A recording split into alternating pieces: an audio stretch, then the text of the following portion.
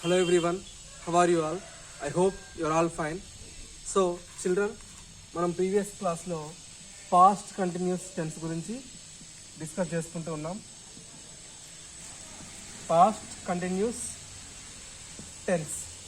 So ఈ past continuous టెన్స్లో మనం ఫస్ట్ ఫార్ములా నేర్చుకున్న ఫార్ములా ఏంటి? Subject plus helping verbs was or were. Okay, next మనకి మెయిన్ వర్బ్ ఏమో ఇంగ్ ఫామ్లో ఉండేలాగా చూసుకున్నాం. So remaining is extra. So ఈ ఫార్ములాని బేస్ చేసుకుని మనం నేర్చుకున్నాం.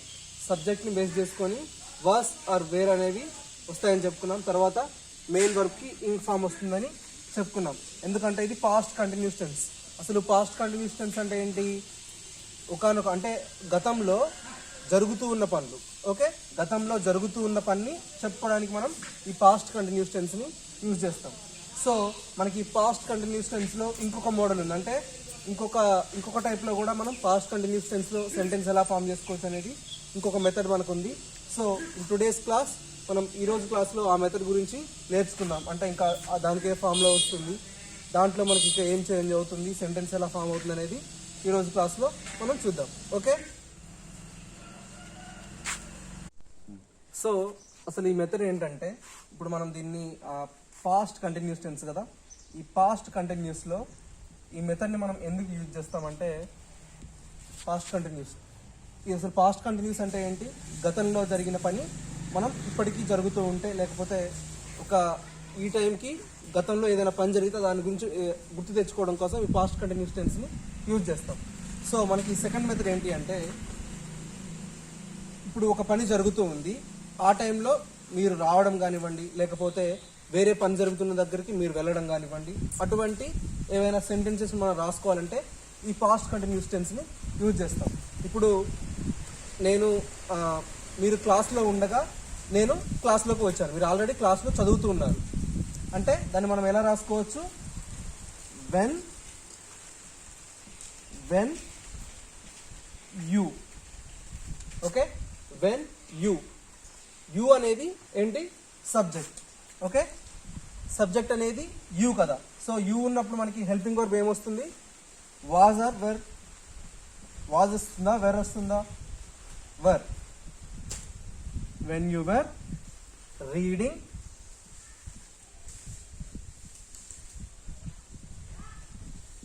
వెన్ యూ వర్ రీడింగ్, మీరు చదువుతూ ఉన్నప్పుడు నేను క్లాస్లోకి వచ్చాను. I came to class. ఒకసారి ఈ సెంటెన్స్ అబ్జర్వ్ చేయండి.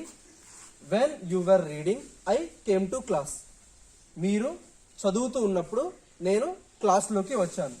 So this is the sentence. మనం ఈ సెకండ్ మెథడ్ నేర్చుకోవడానికి మనకి ఉన్న సెంటెన్స్ ఇది. సో అర్థమైందా? ఇది మీరు చదువుతున్నప్పుడు నేను క్లాస్లోకి వచ్చాను అంటే మీరు ఒక పని చేస్తూ ఉన్నప్పుడు నేను క్లాస్లోకి వచ్చాను కదా. దీన్ని మనం ఇంకా ఎలా రాసుకోవచ్చు అంటే, ఈ కామా పెట్టాం కదా, when you are reading I came to class అని. ఈ కామా పెట్టిన సెంటెన్స్ ఉందా, దీని తర్వాత ఉన్న మ్యాటర్ని మనం ముందు రాసుకున్నాం. I came to class. Okay, when you are reading.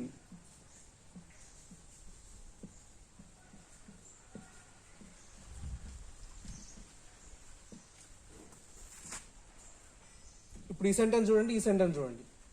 When you were reading I came to class. మీరు చదువుతూ ఉన్నప్పుడు నేను క్లాస్లోకి వచ్చాను. So this is the meaning for the first sentence. ఈ సెంటెన్స్ చూడండి, I came to class when you were reading. నేను క్లాస్లోకి వచ్చినప్పుడు మీరు చదువుతూ ఉన్నారు. రెండు సెంటెన్సెస్ ఒకటే, కాకపోతేనేమో ఫస్ట్ ఏమో మీరు చదవడాన్ని మెన్షన్ చేశాం, తర్వాత నేను క్లాస్లోకి రావడాన్ని మెన్షన్ చేశాం. ఇక్కడ చూడండి, I came to class. First ఏమో ఇక్కడ నేను క్లాస్లోకి రావడాన్ని మెన్షన్ చేశాం, తర్వాత మీరు చదవడాన్ని. నేను క్లాస్లోకి వచ్చినప్పుడు మీరు చదువుతూ ఉన్నారు. అర్థమైంది కదా. సో పాస్ట్ కంటిన్యూస్ టెన్స్లో second method of the sentence formation ఇలాగే ఉంటుంది. అర్థమైందా? ఫస్ట్ ఏమో ఏదైనా ఒక పని జరుగుతున్నప్పుడు ఇంకొక పని వచ్చింది అనుకోండి, దాన్ని మనం ఇలా రాసుకుంటాం. ఫస్ట్ మనం కామా పెట్టుకొని రాసుకుంటాం కదా, నెక్స్ట్ జరిగిన పనిని దాన్ని ముందు రాసుకొని ఈ ఫస్ట్ ఉన్న మ్యాటర్ని నెక్స్ట్ రాసుకోవడమే, అంతే, సింపుల్.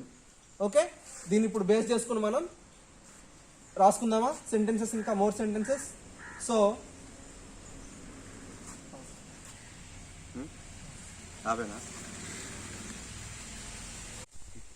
ఇప్పుడు మనం ఇంకొక సెంటెన్స్ తీసుకుందాం జనరల్గా.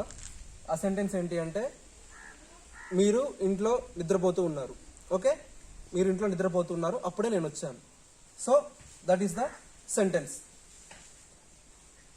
ఏ సెంటెన్స్కి అయినా ఫస్ట్ జనరల్గా first we should write when. Okay, when. నిద్రపోతుంది ఎవరు అక్కడ? మీరు. So you. When you. You ఉన్నప్పుడు నెక్స్ట్ మనకి హెల్పింగ్ వర్బ్ ఏమవుతుంది? when you were sleeping. Sleeping is main verb. So మనం ఇన్ఫార్మ్ కూడా యాడ్ చేసుకున్నాం. when you were sleeping, మీరు నిద్రపోతున్నప్పుడు నేను వచ్చానంటే I came. So this is sentence. మీరు నిద్రపోతూ ఉన్నప్పుడు నేను వచ్చాను. సో దీన్ని మనం ఎలా రాసుకోవాలి? కామా తర్వాత ఉన్న మ్యాటర్ని మనం ముందు రాసుకోవాలి. I came when you were sleeping.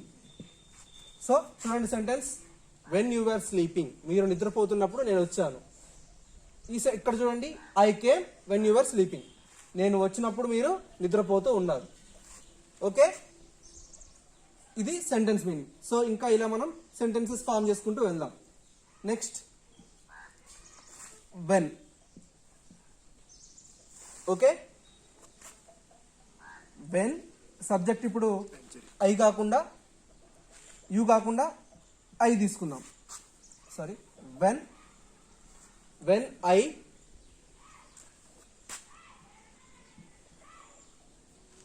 Vent there. When I went there, నేను అక్కడికి వెళ్ళినప్పుడు.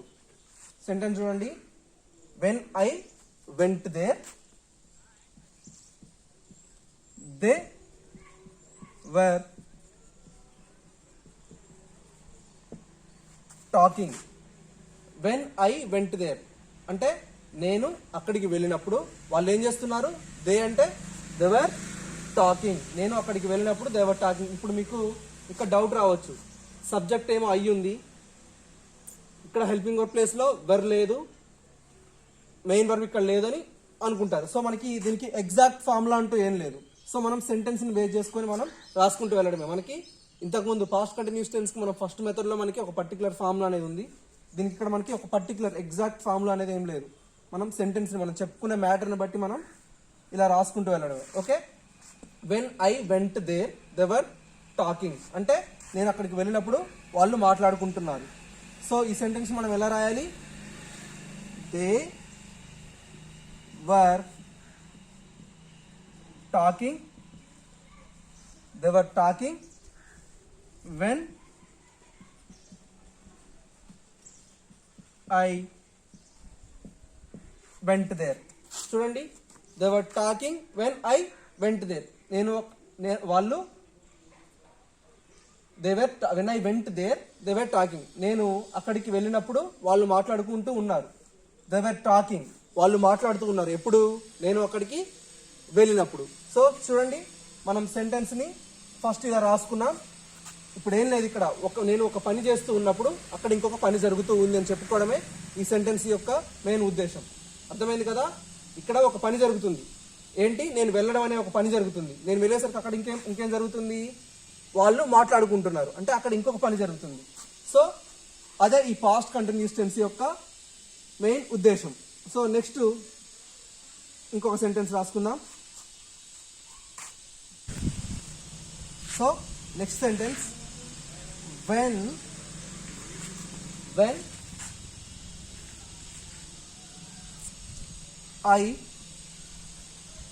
I was going to market. Sentence చూడండి, when I was going to market అంటే నేను మార్కెట్కి వెళ్తూ ఉన్నప్పుడు ఏమైంది? I lost my purse. So చూడండి sentence, when I was going to market, నేను మార్కెట్కి వెళ్తున్నప్పుడు ఐ లాస్ట్ మై పర్స్, నా పర్స్ని పోగొట్టుకున్నాను. So this is a sentence. నేను మార్కెట్కి వెళ్తున్నప్పుడు ఏమైంది? నా పర్స్ని పోగొట్టుకున్నాను. సో ఇప్పుడు ఏం చేయాలి మనం? ఈ కామా తర్వాత వచ్చిన సెంటెన్స్ని మనం ఇక్కడ రాసుకోవాలి. I lost my purse. I lost my purse అంటే నేను నా పర్స్ పోగొట్టుకున్నాను. ఎప్పుడు? When I was going to market. When I was going to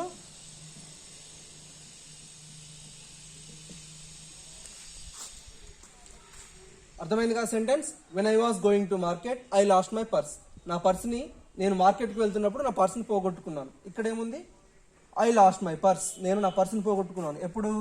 when I was going to market, నేను మార్కెట్కి వెళ్తున్నప్పుడు నా పర్స్ని పోగొట్టుకున్నాను.